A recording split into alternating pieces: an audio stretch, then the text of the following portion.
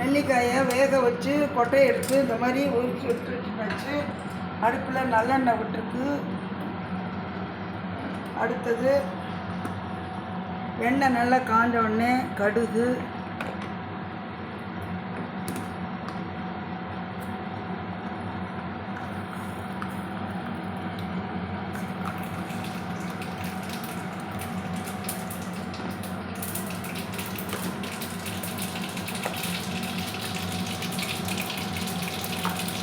பெருங்காயம்,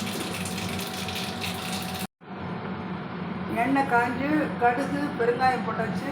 தேவையான அளவு மிளகாய் தூள்,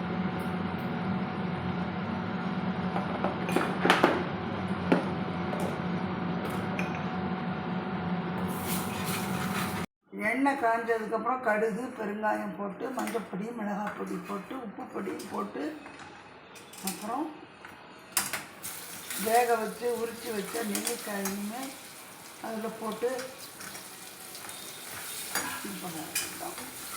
கொஞ்சம் இதுவும் நல்லா எல்லாம் சேர்ந்து ஆகட்டும்.